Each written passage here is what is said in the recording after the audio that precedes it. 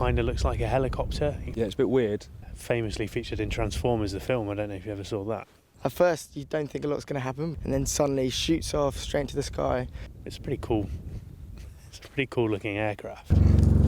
It was an unusual commute to work for some members of 4 Para as they arrived at Exercise Black Jag by Osprey. For many, it was their first experience of a flight in this unique US aircraft.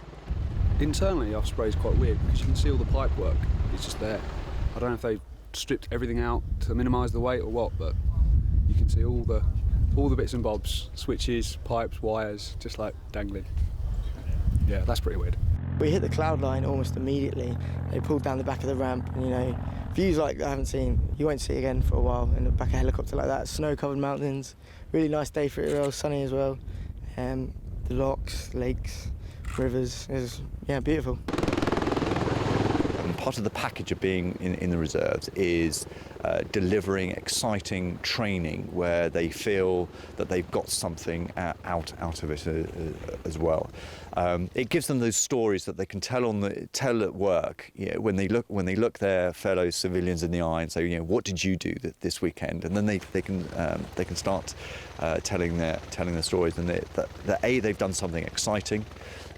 B, they've done something which is unique, and C, they've done something which they feel has honed their professional military skill and sort of brought them and developed them a little bit further.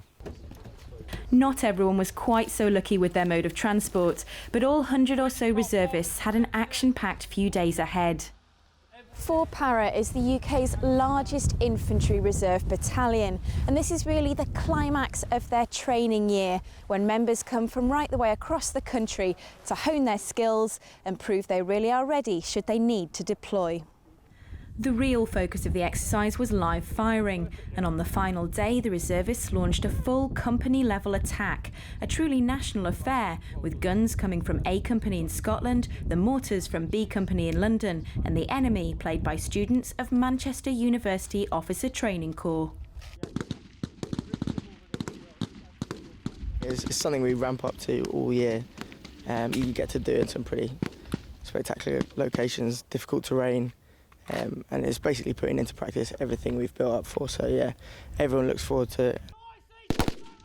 Just getting out there and putting down rounds in the correct context as well, not just laying there static shooting at a target. You look to your left and you look to your right and you see the context of what you're doing, and you're hearing orders through your radio, and you just think, yeah, awesome.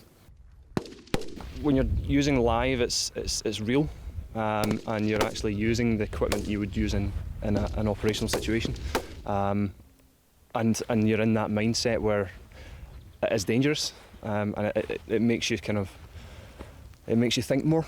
In the past, there have been 3 reserve battalions in the Parachute Regiment. Now they're down to just 1, but there are ambitions for this to change, and with more highlights like live firing and the odd Osprey dropping by, they're likely to have some new recruits keen for a slice of the action. Hannah King, Forces News in Kirkcudbright.